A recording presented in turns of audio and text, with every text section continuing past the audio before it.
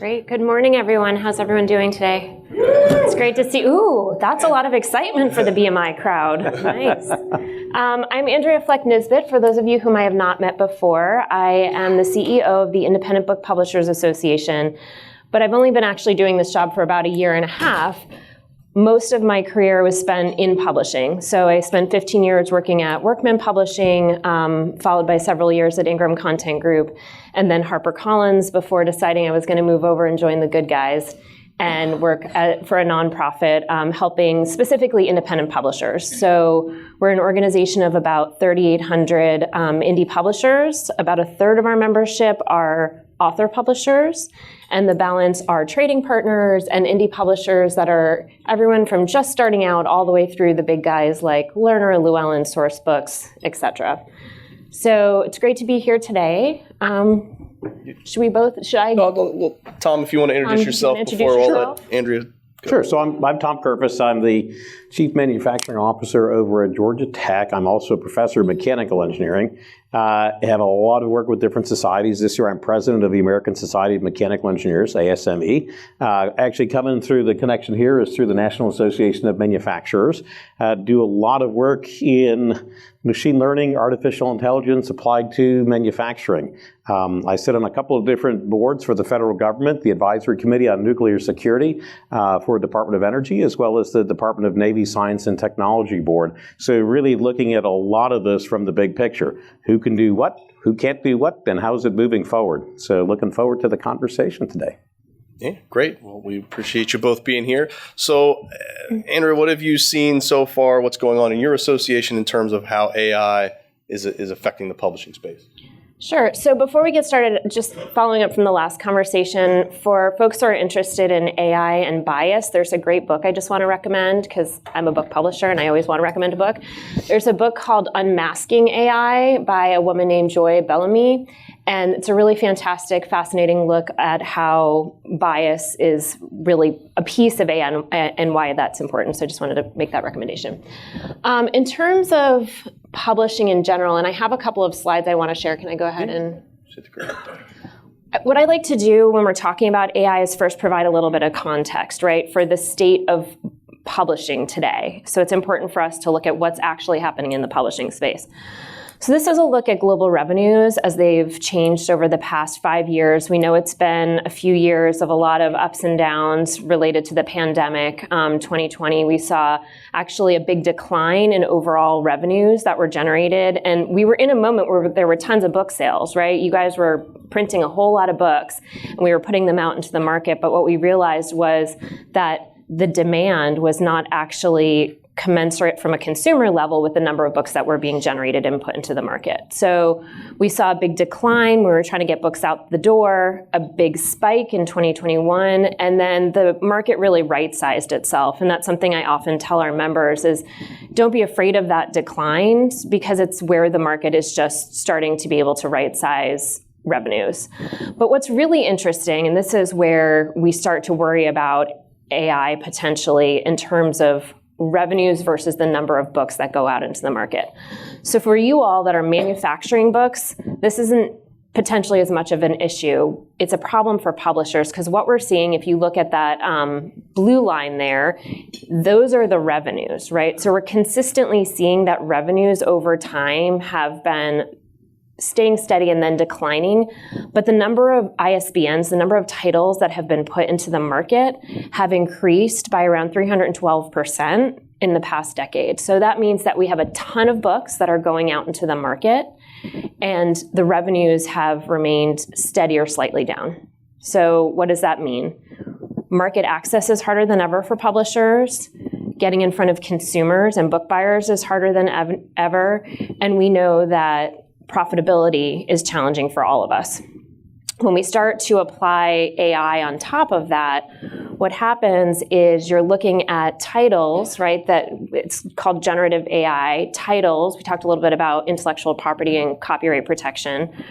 Titles are being utilized, sometimes unwittingly. Publishers don't know that their titles are being used to train models. And from there, those models are creating product that are going out into the market that are competing with the titles that they learned from. So it's a real concern for certain types of genres. The last speaker, Rick, you said you're not worried about War and Peace being written in your lifetime. That's probably accurate. But when you look at certain genres that are very formulaic, romance novels, crime, pulp fiction, those types of titles, mass market titles, that's where you see that AI can actually produce something that's fairly competitive with publishers who are creating that type of content. So that's one concern. We do a lot of work around copyright protection, but it's not all doom and gloom, and especially for our membership, because our members, as we know, are small, they're scrappy, they don't have a lot of resources.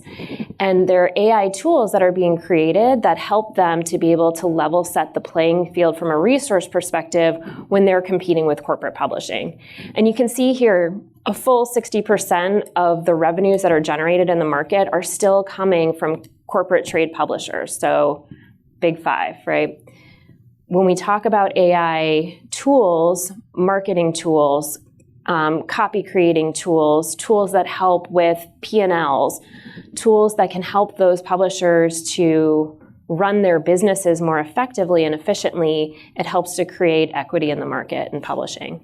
So those are the kind of two pieces of the puzzle from a publishing perspective, and I'm interested in just discussing it more. Okay. Well, I'm going to toss it over to Tom and to talk about the manufacturing side, right? Just kind of level set, how is AI affecting manufacturing? You got it. So this is a presentation that we gave to NAM back, I guess, a little bit earlier, maybe in the December timeframe. Where are things kind of going in, let's say, by 2030? So not super far out, because I think that's pretty hard to, I hesitate. Rick, you said in my lifetime, I think you're going to live a little bit longer than 2030, I hope, right? But boy, I think predicting in my lifetime is going to be difficult at best. But I think 2030 is not too far away. So if we take a look at it, and this is from an overall manufacturing perspective, and really what I want to do here is just lay a few things out.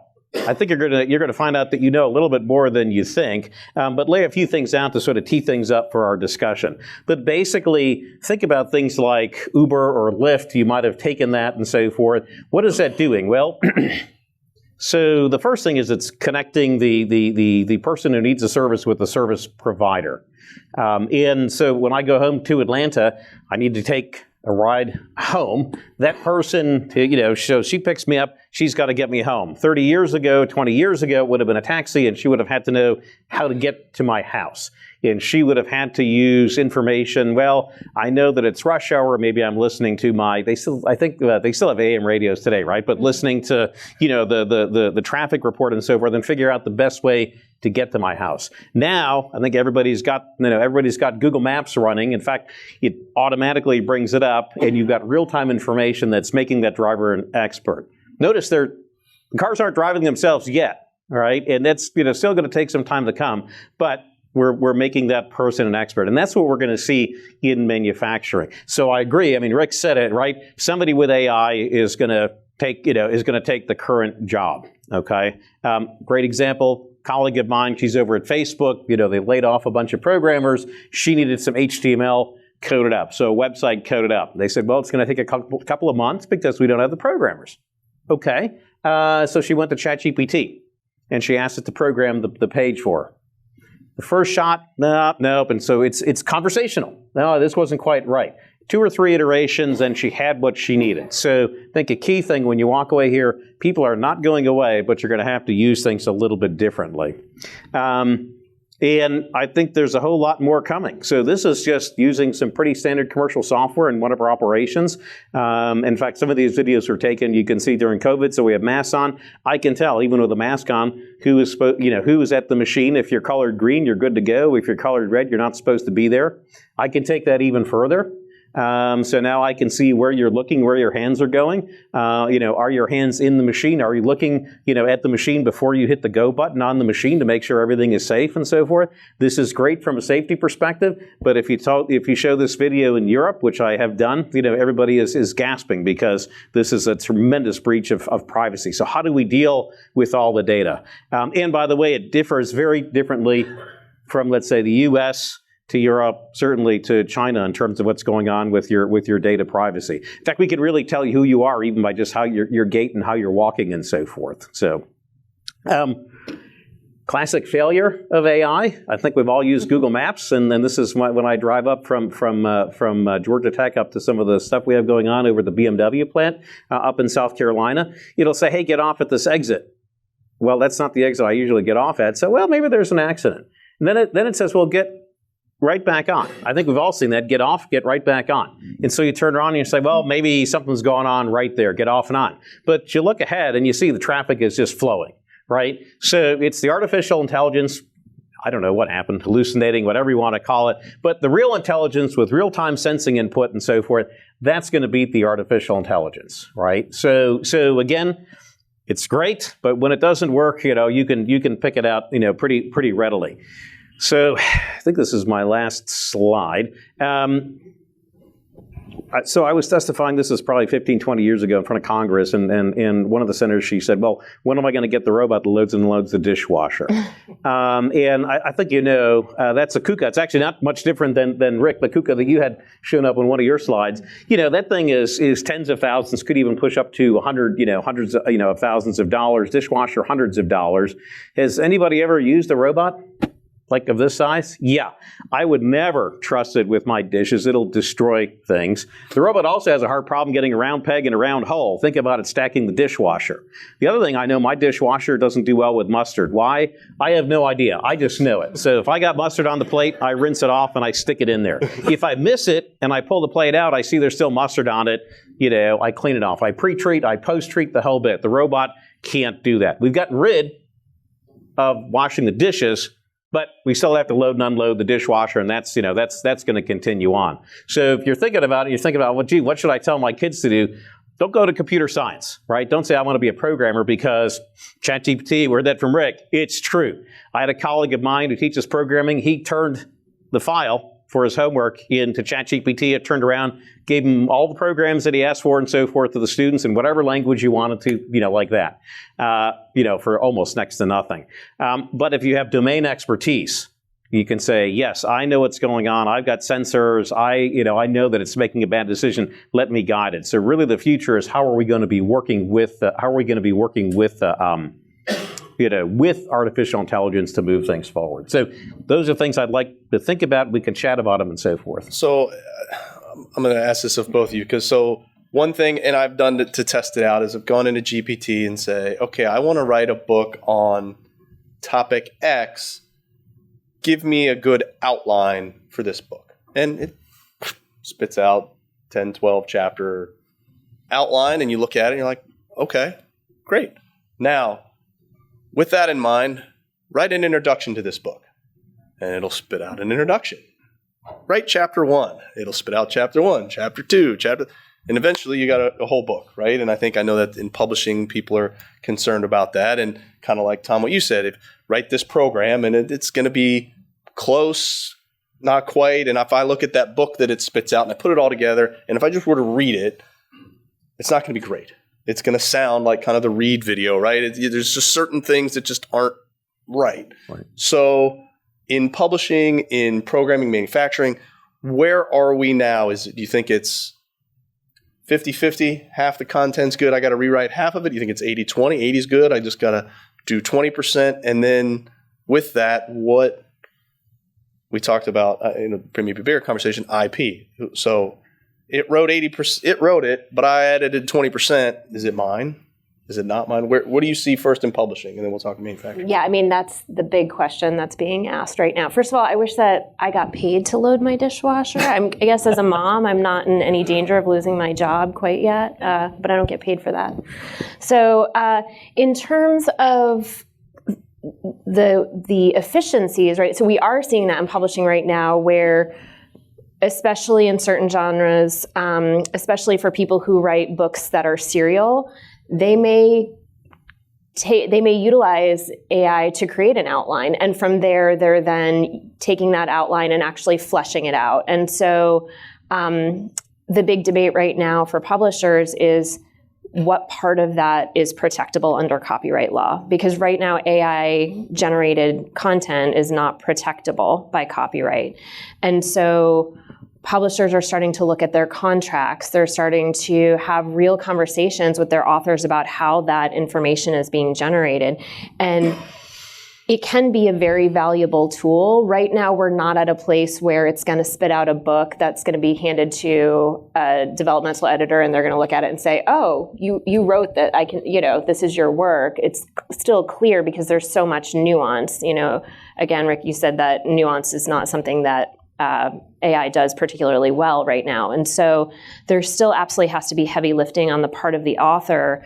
But the concern among publishers is when they're putting something out into the market, what protection do they have for that content? Yeah. Go ahead. Yeah. And so, what I look at in one of the things that I want to make really clear, AI is great at interpolating. So here's my world and so forth. Let's interpolate. It was very funny. So in an ASME board meeting, somebody said, "Hey, check this out." They typed into ChatGPT, "Tell me about ASME and the benefits of ASME and blah, blah, blah." Oh, it came out and everybody there is like, "Wow, it really knows what it's doing." And I'm like, no, it just read our website and threw our website back at us. We've already put that out there and so forth. So I think a key thing here is, yep, if you're a leader and you're really moving out into new areas, and look, I'll talk about technical books and textbooks and so forth. It's great to have a textbook or a technical book, but if you're just one of 15 or 20 or 100 out there, well, I don't know that you do that well. But if you're on the leading edge of technology and you're putting it out there, I think it's a whole different story. And so when you're at the leading edge, this is really where you have a lot of strength, and I think where it's going to be hard to do that duplication or that replication. So that being said, it's really great for the followers, in my opinion, not so much for leaders, because you don't really know, what you're going to get when you put that information out there. Well, and so thinking about taking a book through manufacturing and distribution and all that, we talk about, obviously we've had challenges in the supply chain overall over the last 5 years, especially. So when you think printing a book, how can AI help us navigate the supply chain now in its current state, as well as, maybe on the forecast, we've talked forecasting a lot on the publishing side and how that helps the printers in figuring out how many to manufacture. So how can AI help us navigate supply chain, think about forecasting, and maybe even on the manufacturing side, help with forecasting for staffing needs or replenishing things? Whoever wants to. So from a publishing perspective, those of you who have heard me speak before will have heard me say this. I say it all the time, that the supply chain is broken, right? We need to fix the supply chain.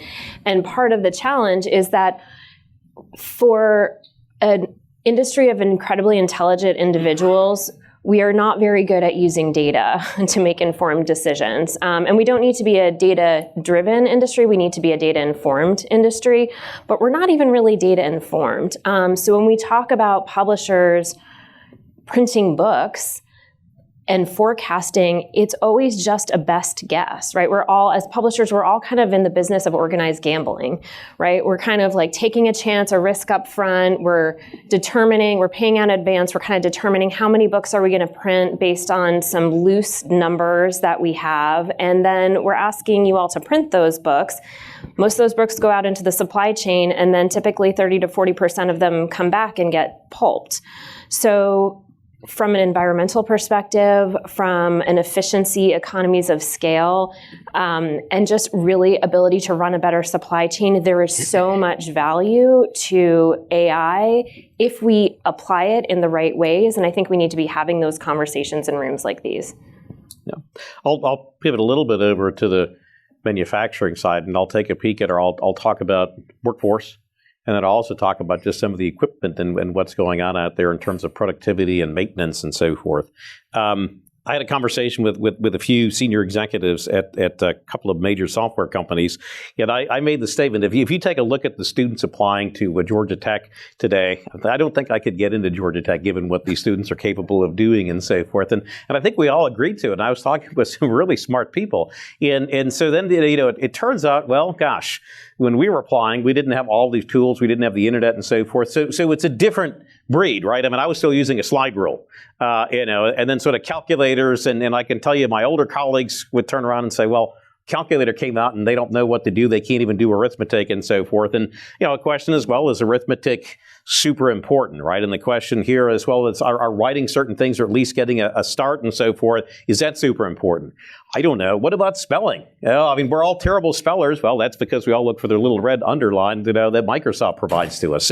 So times change and so forth, but they are more capable. My mother, she's going to be 86 in September. She calls me up, very upset with the post office. I wanted to mail you a package. I measured it. And of course, being a family of engineers, we went to Amazon and gave her a super high precision scale. So she measured it down to the nanogram and so forth. And she called the post office and said, here's what it weighs. Here are the dimensions on this thing. How much postage do I put on it?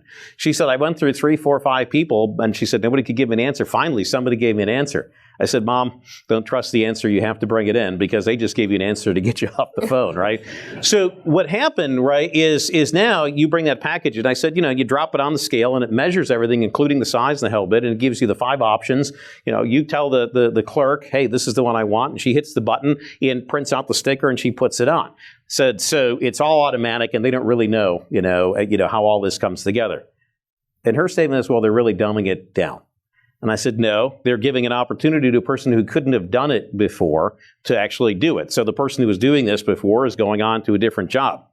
I think it makes sense for the U.S. economy. We don't have enough people to fill these higher end jobs, right? So now we're going to augment that workforce and then move them forward.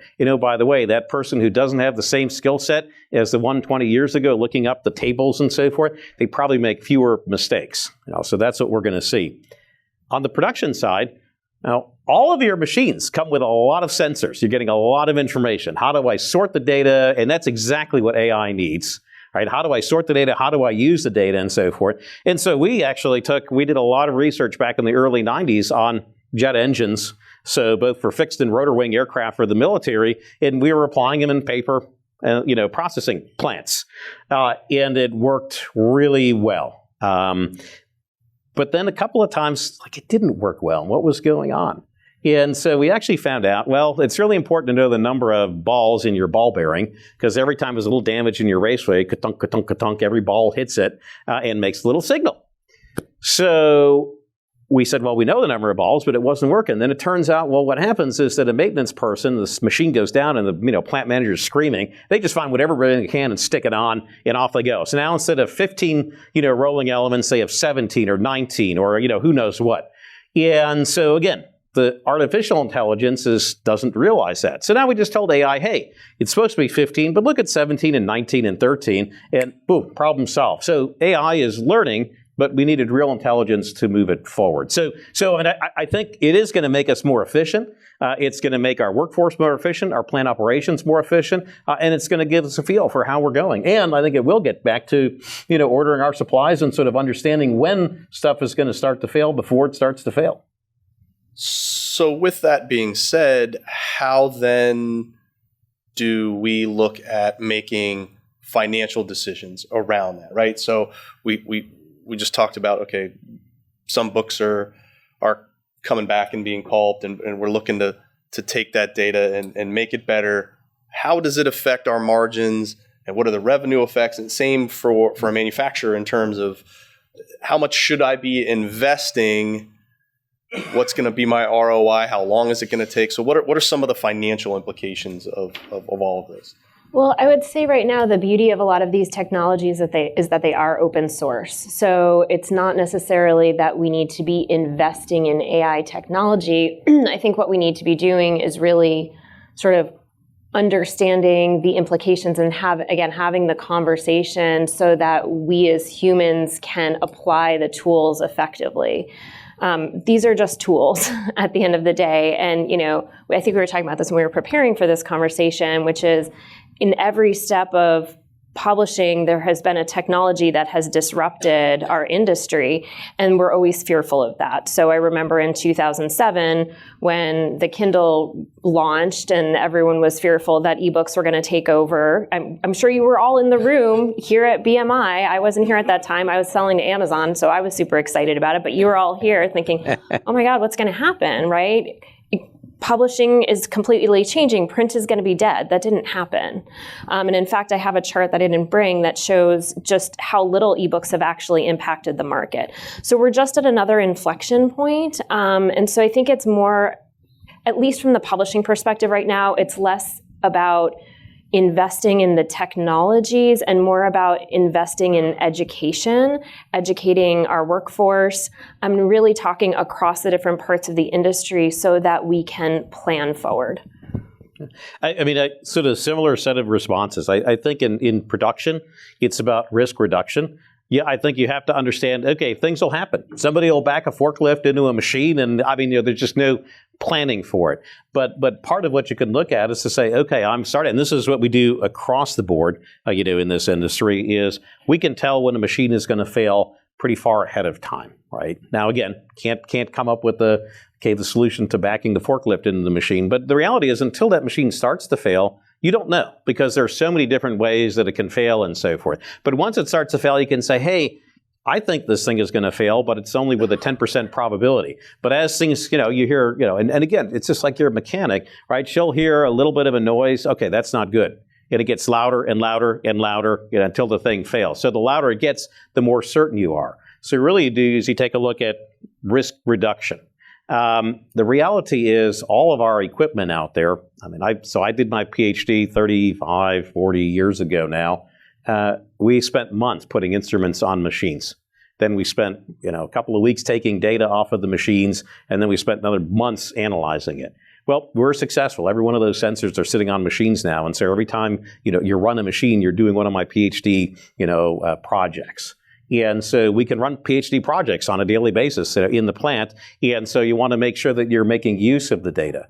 That being said, when you design your systems, and so if you're looking at how do you move forward in system design, make sure that it is flexible. A lot of what we do is design flexibility. Should we use cloud services? Yeah, it works out pretty well, although I can tell you a paper processing plant, we broke Amazon Web Services when we first started to use it. Why? Because we didn't really design the data architecture that particularly well. We got a gazillion sensors, we're streaming it out to AWS and took the whole thing down. It was great. But how do you do that? And then how do you design it so that when AWS says, hey, I'm changing my pricing structure, you can pivot over to Microsoft without being really locked into that particular product. So think about the overall architecture and so forth. The other thing, I think if you walk down, you see a lot of the equipment in your plant. What do you see, on the user interface? You see the Windows screensaver, right? So, so it is not all that hard to link into these things, but design it with flexibility in mind. So we've kind of talked about maybe some of the opportunities there and the pricing, but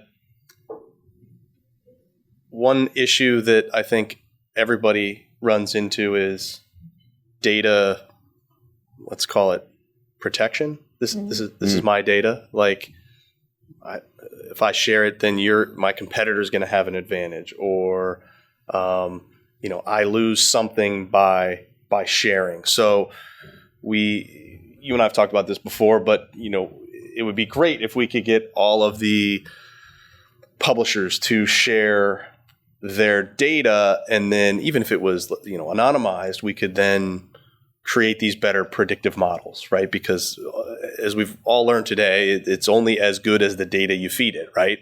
And the more data that you feed it, the better the results. So how do we get past the knee-jerk reaction to, well, I don't want to share my data because you might not share your data, and then you're getting the advantage of my data. I'm not getting the advantage of your data, and that goes for both the publishing side as well as in a manufacturing setting. I'm going to make a shameless plug for us, for associations right now. Part of it is work that's being done in spaces like this, in spaces like the Book Industry Study Group, BMI, IBPA, all these associations where, and I do think the culture is shifting a little bit in publishing, where I see even corporate publishers to a certain degree be more willing to share data, to share information, to share best practices among each other.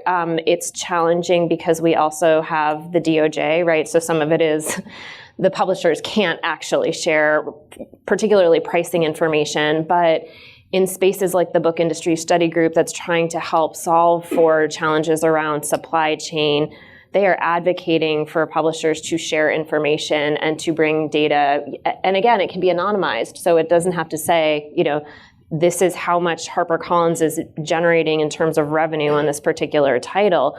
But it can help us if we're looking at it in sort of like on a large scale, so that we can start to kind of both protect ourselves, future-proof the industry, but also to help us to build effectively. So again, BMI, places like this, come together and talk with your peers and competitors. No, and it's just following on. So the anonymization, or in fact, one of the things people think is, well, I share or I don't share. But there's also selective data access control. So it doesn't have to be all or nothing. How do you share it? We think about this in terms of manufacturing. In fact, the National Academy has just put out a really nice study on smart manufacturing. So if you go to National Academy of Engineering and you look up smart manufacturing, it talks a lot about this. And it's really a two-way street. Because let's say like Ford would love to see, okay, hey, give me all the everything that's going on down in the supply chain, or we can pick on Boeing as well, everything that's going down down in the supply chain and so forth. So I know exactly what I have on my side. Now, is that particularly good for the suppliers? Maybe not. Maybe you want complete transparency into your business models and things like that. So how do we protect things? How do we anonymize things? But still, we know that every nut and bolt that's on that plane, hopefully, right, is makes to spec and so forth. So that selective data control. The other thing is you also want to think about the types of data that you're interested in sharing. Mm-hmm. Companies come to me and they say, "Hey, we want to use AI. I mean, it's perfect, right? I mean, we'll use vision, to see if there's a problem here. We want you to use AI to pick out our bad parts." It's not the right question, because what does AI need? We just heard, right? AI needs lots of data. Well, I asked company, how many bad parts do you make? 1 part per million, 2 parts per million. Not a lot of data on bad parts. The real question that you should be asking is, I'm going to use AI to pick out my good parts. I have a lot of data on my good parts. Okay, these are good parts. This one has not been identified as a good part. It might not be a bad part, but it just doesn't fit into the mold of a good part. Let's take a look at this. This is where you put your expert in there. In many instances, companies are very happy to share their good data because it's good for them to share those data. No. I was just going to also add, there's a lot of opportunity for research and case studies. So a good example of that related to AI is audio. So the audiobook market is growing exponentially, which I'm sure you're all very aware of. And there's a big concern around narration and the careers for professional narrators of audiobooks. And so there are a couple of publishing entities that kind of got together to try to problem solve for that. And what they ended up doing is working with audio narrators to actually license the rights to their voice over a period of time. So now that content creator is still being compensated for their intellectual property, but they're actually able to produce an infinite number of times more audiobooks and get paid for them. But it was those groups coming together and working together to figure out, like, how do we solve for this problem? Well, I mean, you mean I can't just have Morgan Freeman narrating all of the audiobooks in the world just because we've got some? Yeah, for free. Yeah, yeah, for free. I mean, we've talked a lot about a handful of different opportunities there, and this is going to be a very basic question, but well, how easy is this going to be for us to go do? Or on the flip side, asking it a different way, how hard is it going to be for us to take advantage? Are we talking, is this something we can get done this year or before we die, or where are we at on the easy hard scale on some of this stuff? Well, nothing worth doing is ever easy, right? So no. Is it going to be easy? No. I think one of the biggest challenges, again, we just don't know what it's going to look like, right? So And there are so many different use cases. So we're having kind of a general conversation, but we could drill into AI around acquisition for publishers, AI around pricing, AI around predicting and forecasting for manufacturing, AI around understanding consumer behavior, AI around producing books like audiobooks. So there's so many different applications, and each of them comes with their own unique set of challenges. So I think it's important, again, for us to kind of look at the different applications and to be communicating with our different industry peers to understand, how we start to put together a 3, 5, 10-year plan, knowing that it's all going to change. And the conversation we're going to be having next year, we'll probably talk about this again, but it's going to look very different than what we thought it was going to look like. I mean, I think a very similar set of comments on the manufacturing side. I'll give you an example. So Georgia Tech, I teach the second year design and build course. So these are sophomores, and they're running different machines and so forth. And one of the projects is they have to drill a fairly small hole that they'll then tap for a 440 screw. So it's a fairly small hole. And of course, you come in there, I come in there sometimes, and you smell things burning and so forth. And they're trying to drill this hole in just a piece of plastic with this big drill press, and they're pushing down pretty hard until, of course, the drill snaps.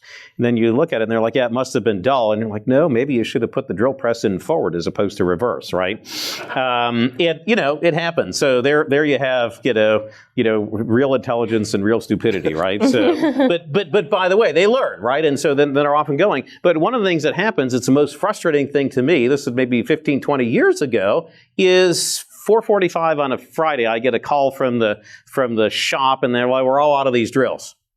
Well, the shop is open all weekend long, but 4:45 on a Friday going to be really hard for me to go out and get more drills and replenish it. So we work with a company. They have and I'm sure many of you have these, they're vending machines. And so when the student breaks something, they go and they tap on the vending machine, and it gives them the new drill. And then this thing is plugged in the internet, and it says, hey, okay, we're going down. And when you get to a certain level, order more drills. That gives me two things. One, I can see who's using a lot of drills, and so we can go and teach them to use the drill press accordingly. But what's really interesting is we started implementing some AI with this company, and yeah, they could tell. They actually started to ramp up my drill orders about a week before that particular lab session was in place and so forth. So I think there's some low-hanging fruit that you could use, which I think people will say, well, yeah, that was pretty obvious, but it'll grow into some more fruitful sets of results. But again, I think what you really want to do is think about the big picture. So put your architecture together, so that you're not just doing some simple stuff, and when you want to go to the next step, you're like, oh gosh, I should have really ordered or structured it in a different manner. So Andrea, you mentioned, we'll still probably be talking about this a year from now. So now I'm going to put you on the spot. Fast forward 12 months. We're going to do a repeat of this session and see how good we were. What are your kind of predictions on the publishing side for 12 months from now, say 5 years from now? So on the publishing side, I think we'll continue to see a real focus on copyright protection and intellectual property. We at IBPA do a lot of advocacy work around copyright protection, and it's something that, again, like technology is changing, piracy's always been around, right? This is just the new version of piracy. When the printing press was created, there was concern around piracy. People will Xerox books. And then when ebooks were created, files were put out into the world. So this is just a new form of piracy on the sort of negative side of things, excuse me, that needs to be addressed. So I think publishers are going to continue to look at protecting their copyright, advocating for that, working with the AAP and other organizations that are really, the Authors Guild, that are really pushing on this issue. But I also think that publishers are going to be looking across their businesses and say, where can we utilize this technology to actually create efficiencies and economies of scale? And how can we utilize it from a marketing perspective? And that's one thing we haven't talked about, is how digital advertising in the web is going to radically change. So one thing that we talk to our members about a lot is when you're thinking about investing in marketing and advertising, be really careful about how you're investing in digital advertising, because all of that is about to rapidly change. So I think those will be a couple of areas where we'll see. And we photocopy books. We don't Xerox books. They're not a member, so we don't. I have no qualms about that. Tom, on the manufacturing side, what do you think? Yeah, so I think it's already coming into place. Some of these bigger companies, sort of the analytics companies, the data companies, Amazon, going to go out there. Just go to Amazon, right? Probably everybody has there. Don't do it now because you want to pay attention to what we're talking about, but go to your Amazon app and just type in Monitron, and you will see that they have, you can buy a little monitoring package for your machines, and it will analyze and give you some basic statistics and things like that on your machines. Nice little yellow boxes. They look pretty good.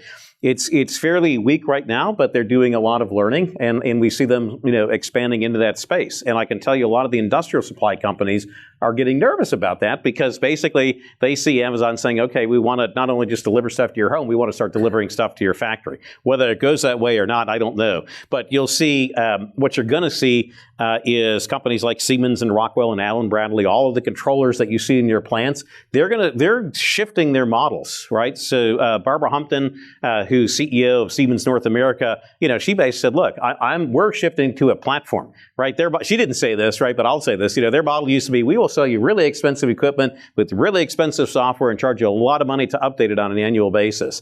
It is now really pivoting over to what your iPhone or your Android is. We're going to sell you the piece of equipment.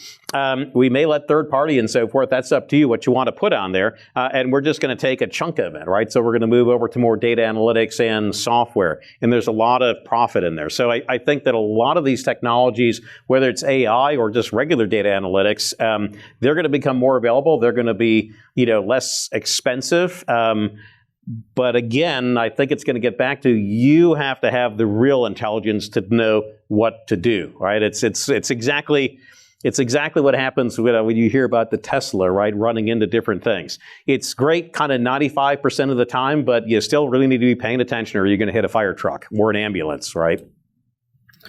Well, and to wrap it up before we leave time for Q&A, we'll ask the $1 million question: when does Skynet become self-aware? So when, or in manufacturing or publishing, what should we be on the lookout for to know or think about or really see when AI becomes more problematic for what it is than helpful? Random guess question. Well, I'm actually going to flip that and talk about the opportunity, because I don't want to leave on a bummer. I want to talk about things that are really positive. Going back to the slide that I was showing earlier, publishing can only grow so much. People are only going to read so many books, and there's been so much merger and consolidation within our industry. So in order for publishers to continue to be able to grow their businesses in healthy ways and to become more profitable, it's going to have to come from efficiencies. It's not going to come from consumers buying more books. That's very unlikely. And so when we think about the opportunities around AI, creating those efficiencies really can help publishers to create a more profitable business. It can help us to all create a more profitable business. And, that's something every year. Again, I think we talked about this last time I was here. We're looking at the margins. They're not great. This is a tough business, and there's a lot of opportunity for AI to help us to be more efficient and more effective in the businesses that we run, and hopefully create more profit for everybody. Yeah, and let me spin that into a positive. So I do like, Andrea, your comment there. I think the reality is we're not going to have a problem as long as our workforce is ready to deal with it. Mm-hmm. People say, well, it's, kids today can't do arithmetic. But, if you're adding 100 plus 200 and the answer is 10,000, that something's wrong there, right? So sort of some of the, getting a feel for what's going on, is very important. So really making sure you understand the tools, that the tools are giving you the right answer. So making sure you're asking the right questions. I think this is really important, because if you don't know what your tool is doing, then that's when Skynet starts to take over. And so it brings me to my favorite quote from a 20th century philosopher, Eric Hoffer. He said, in times of change, learners inherit the earth, while the learned find themselves beautifully equipped to deal with a world that no longer exists. And that was true in the 20th century. And the reality is that technology change is accelerating today. So we've got to keep that workforce spun up. And again, not just our current students coming online, but the workforce that's out there. Make sure they know what's going on and they're not just hitting the buttons and so forth and letting the machine drive everything, because then you do get to Skynet. That's a great quote. Awesome. All right. Well, thank you both. Questions? Good. Yeah, go ahead, Tim. Matt, to draft off what you said earlier about creating a book. So if let's say I'm a creative guy with a concept, and I say, write me an introduction, write me chapter 1, write me chapter 10, and you talk about it doesn't have nuance. Let's say I'm a creative individual. I give it a little wordsmithing. I put some nuance to it. I've got a legitimate book now. Am I a legitimate author? Can I put that out, and can I copyright that? That is a really fair question, and nobody knows the answer right now. That's just the reality. You've been very helpful. Well, Thank you for having me come and speak. I'm glad I can enlighten you. To that point, though, I'm gonna. So later this afternoon. I think that's happening right now. It is happening. I'll give you an example. So we host a small book festival up at Gettysburg, our nonprofit. We bring in all these small authors. And I've read thousands of books on the Battle of Gettysburg. And the guy behind me's probably read more.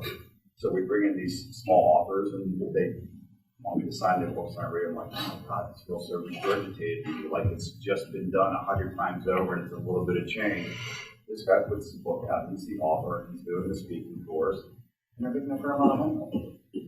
Right. So that gets back to the idea of original idea and original thought. And right now, as we were discussing earlier, AI doesn't have original thought. It's learning from everything that humans are creating. And so, yes, that's happening, but you're saying it sounds regurgitated, right? So that's not quality writing necessarily. It may be for someone who is very basic and new to that topic, but the AI is not going to create an original thought. That still has to come from humans.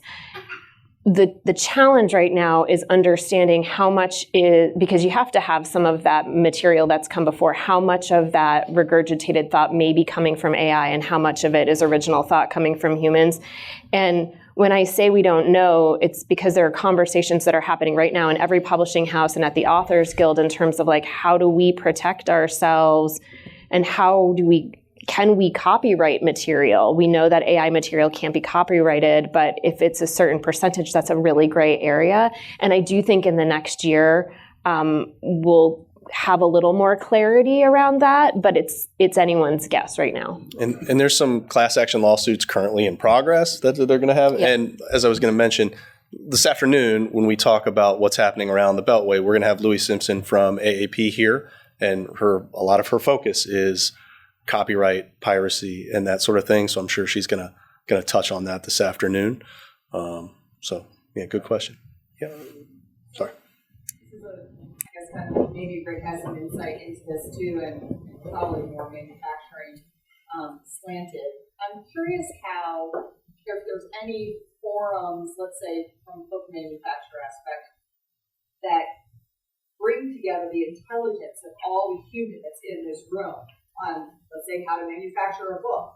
How does that get input into AI so that if I wanted to optimize my book manufacturing process and seek out that information, right? Because I've grown up going, oh, if you read it on the internet, it's not necessarily true, right? Or, so are there organizations that are gathering the intelligence of the top book manufacturers and all that they know to optimize, to build good data that we can trust and leverage? Tom, so I'll kick off that one, and I don't know specifically about book manufacturers, but you bring up an excellent point.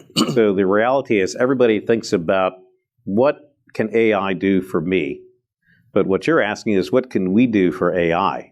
And I know it's sort of a funny statement, but the reality, right, and across not just in the U.S., but across the globe, everybody is afraid because you have these people who are in manufacturing and they've been in there for 30, 35, 40, maybe even 50 years, and they are retiring out. And there are a treasure trove of information. And so how do you capture that information? Some of it works fairly well with automation because you can see what's going on with different capabilities, when this person is pushing the button, how they're making the measurements and so forth. But it is hard to capture, again, I'll use the word nuance, it's perfect. It's hard to capture those nuances. What we're seeing now is a lot of the camera systems, so that were initially used for safety and so forth, are now tracking different movements. What are people doing? How is that working out? But we're also even looking at augmented reality and virtual reality, so we could actually see what's going on. We do that's actually welding.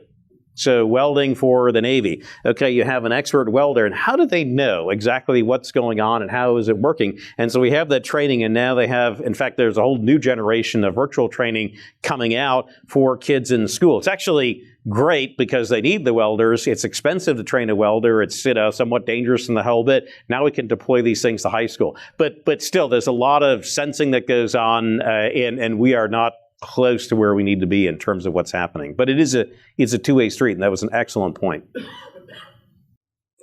Ashley? A little bit on your comment, and talking about where we'll be from here, and we'll still be talking, we'll be in a year, we'll still be talking about it.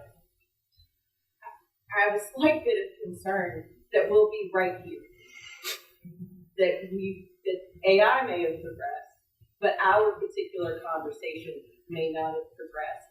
The publishers' priorities around AI will be quite understandably around IP and sales and marketing and protecting authors, protecting your intellectual property. That is likely where publishers will go first. And it's completely understandable that that's the case. The real opportunity for AI and us as a combined entity, I think, is what was mentioned around predictive analytics. Where do I print? How much do I print? The vending machine made me think of automatic replenishment, and I'm going to need 10 more books, and let me go ahead and get that 10 more book order in. So what AI could do for our industry in terms of efficiencies is make sure that we are printing the books that need to be printed, where they need to be printed, in the quantities that they need to be printed, and we begin to eliminate returns and pulping.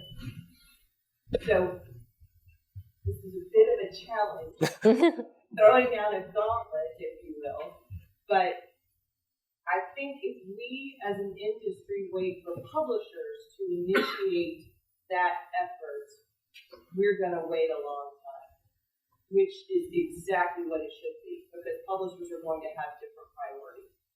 If we want that kind of AI work to be done, I think we'll have to initiate it.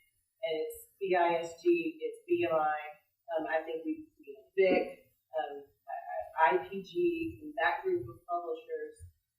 I think we should say, not just, well, let's wait and see where we are in a year, but as an organization and as an industry, let's say, well, where do we intend to be in a year? What is it that we want to know, and how much progress should we have made by that time, instead of just passively waiting for it to come at us? Yeah, and I think Andrea and I had a conversation very similar to that at New York at BISG's annual meeting a couple weeks ago, and I know Brian's on board with it as well. And I think we're going to keep pushing for what we can, but this is my fourth different trade association that I've worked for, so I've seen way different industries. Okay, some of you know my background, some of you don't. My first association job was in the professional audio-visual space. Folks like our friends in the back setting up this wonderful AV experience. Thank you, Jonathan. That industry has changed greatly, right, in terms of how they're trained and what's available. And part of that industry, the crane and rigging industry that I was in, heavy haul transportation, right? I mean, everybody would get into a room and you'd have a conference like this, and right now you are all very collegial, which is one of the reasons I love working for BMI, is you all in this room and the way you participate, the way you interact with me, with each other, and it's a great environment. And I think you all hopefully feel the same way. It's why we've had members come back and new members come into the fold, and it's a great place. Some of you may or may not remember, but maybe 2 years ago, we said, hey, we're going to help everybody out, and we're going to create this new financial benchmarking tool that you can upload your P&L anonymously so that you can benchmark yourselves against each other and see where you're at and all these stuff. All you got to do is plug in your data. Quick hand raise. How many of you did that? That's right. They're the same company, those two hands. Now, because when I came on board as executive director, people were like, oh yeah, we used to do this financial ratio study. We stopped doing it about 2014 because we got 4 or 5 responses.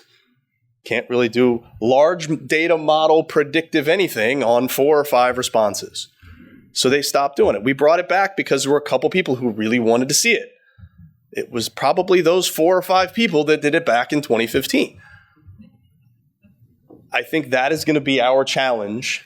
We, as the associations, people look to us because we are non-discriminatory, right? We don't care. We're here for the good of the industry. The question is still going to be how many, specifically publishers, in this instance. And distributors and warehouses. I think, right. People are not in the room. But I also think there's at least one of each that would be willing to go in and create a beta. Yeah. Create a case study. I know Jason Farrell. Yeah. Right? Exactly. I mean, and I think we will find the early adopters, right, who may be interested in doing this. But, and I'm not saying no, because I think it's the best case for us. It's what we do, what we need to do to move the industry forward and to help. Again, I think Dwight mentioned it, the rising tide floating all the boats. It's just going to be a challenge because, again, many people in this room remember 2-3 years or during the pandemic, we were doing the capacity survey every month, right? Because it was a big challenge for publishers. Where is everybody at with capacity because of the supply chain problems? And then I would have somebody, a publisher, invariably email me because it was anonymous, right? Nobody wants to say, well, I'm only 50%, so I can take all the, nobody wanted to be that granular, but hey, I'll tell you anonymously I'm at 50%. But somebody, I get an email, well, did Lakeside and Bertelsmann answer? Because if they didn't answer, to me, this data isn't very helpful, right? Like, because I'm a big trade publisher, I need to know, do they have room, right? So same with the surveys or the information we're going to get. I think a lot of people are going to be, well, look, if Amazon doesn't help or plug in certain data, is it really going to matter? Or if our IPG as a distributor, one of the big distributors, right? If their data is not in there, is this good data? So I think we're going to continue to, or if we start going to publishers, if the big 5 don't answer, right, is this going to help us? So I think we're going to have a challenge. Everybody says I'm open and sharing and collegial, want to help the industry. Okay, give me your data. Well, I'm not that helpful, collegial, or yeah. And that's always going to be the challenge. I just want to quickly add, first of all, Ashley, I think that's a great point. I will give my little association talk to say, we hold the space. We're here to hold the space. This is your organization. It's not Matt's organization. He runs it very effectively.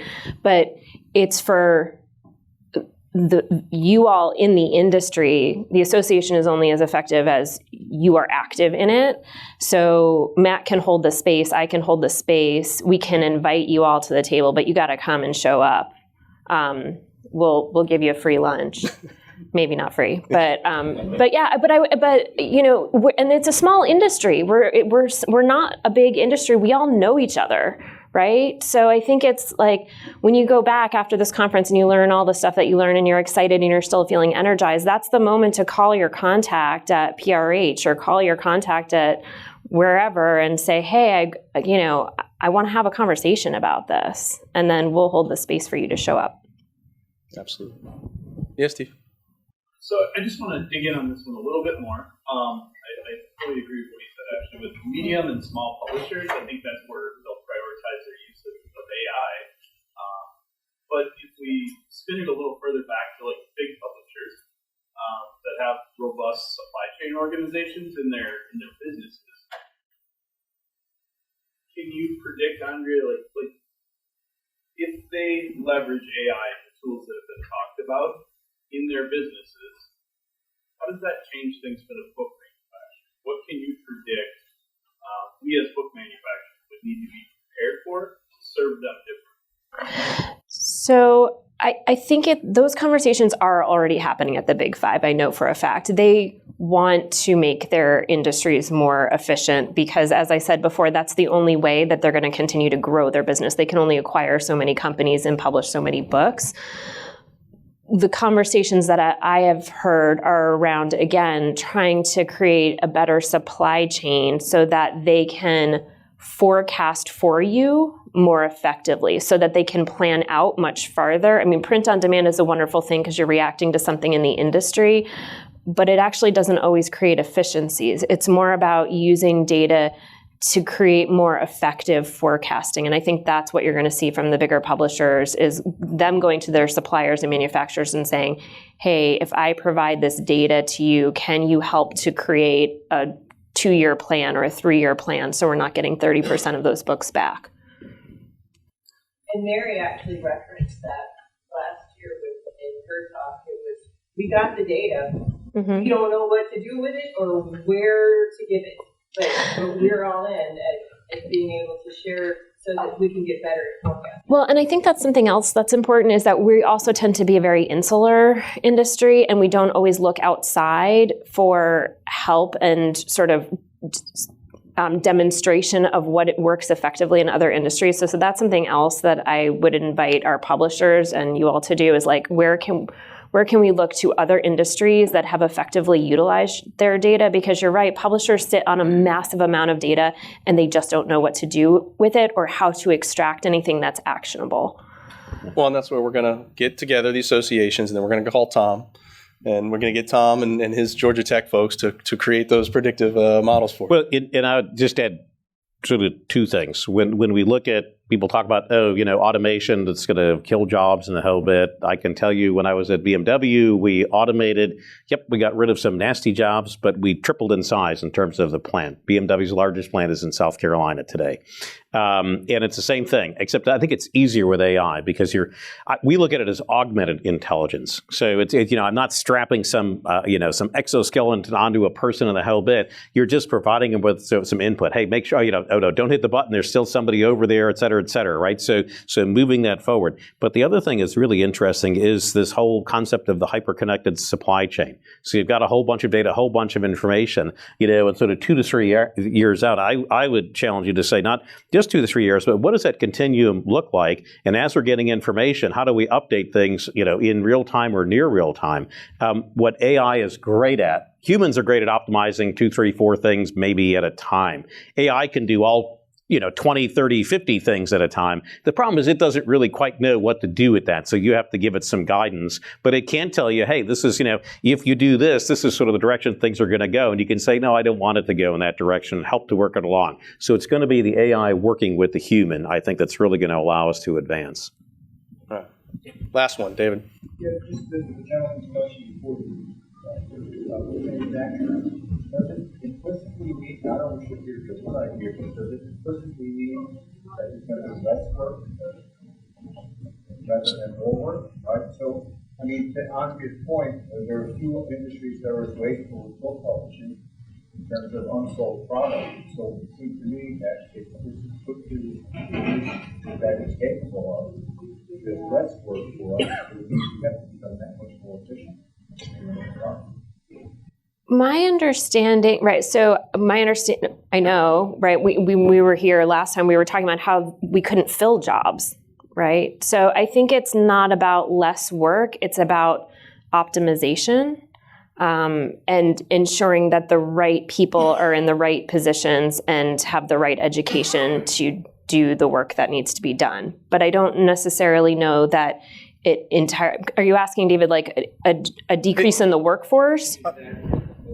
The manufacturing industry is 2 billion books a year in the United States, and we throw out 400 million. The idea is that artificial intelligence, collecting all that data and using it effectively, should have us producing fewer books with less waste. So what I'm saying is that is there an implication for the business that means the revenue that we generate from the work that we do is likely to decline. Yeah, I think the short answer to the question is most likely yes, but we don't know. But then that also means in that example that you're giving, ideally this one run in the past was running 10,000 and we were throwing away 3,000 of them. So, but because they weren't sure, maybe they were doing 2 runs of 5,000. Well, now that they're going to know, or they're going to feel more confident in their numbers, they're just going to make 1 run of 7,000. So yes, you're printing less total units, but maybe now you're doing it more efficiently in terms of production. Or on the flip side of it, they know, well, really, we're only going to sell 6,000. So we're going to print 1,000 every 2 months. And so then it just keeps changing the efficiencies but yes, in theory, total number would decline in that instance. So, all right, sorry, Bill, unless it's something you feel we all need to know. We're 10 minutes over. I keep going back to my golf club fit. Right, all things go to golf for me. And we see that it hasn't helped. Golf, no. It actually hasn't. But you walk into a sporting goods store and you buy a set of clubs off the rack. They don't fit me. But yet, there's now technology that I can go swing in front of a machine. It can tell me all my data, and it will give me the right club for me. I think the opportunity here with AI is step 22, the publishing, is that we even talked about discoverability, right? But the concept that, scary, the machine could read the book before, as it's a manuscript, and then push back to the publisher. This is your opportunity. These are the people we should, and these are the counts. And this is how it's going, this is what's going to work. But if we do that, now we're feeding the content to AI for it to go out and make deep fakes and all sorts of other nonsense. So we're back to the governance discussion, but the power is there. There's no doubt about it.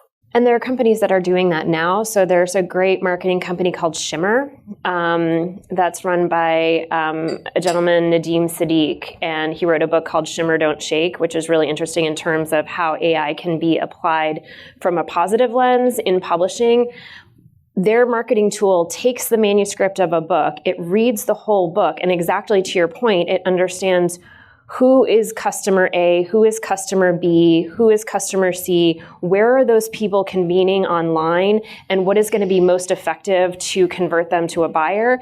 And if it doesn't work, then it automatically flips the model and tries something else, and then provides the publisher with all of that data. And it costs something like $60 a month to put your title in. So so those are great opportunities of places where discoverability hopefully will improve, and hopefully we'll end up with more readers, and then we'll be printing the same number of books, but then they'll actually get to the end user.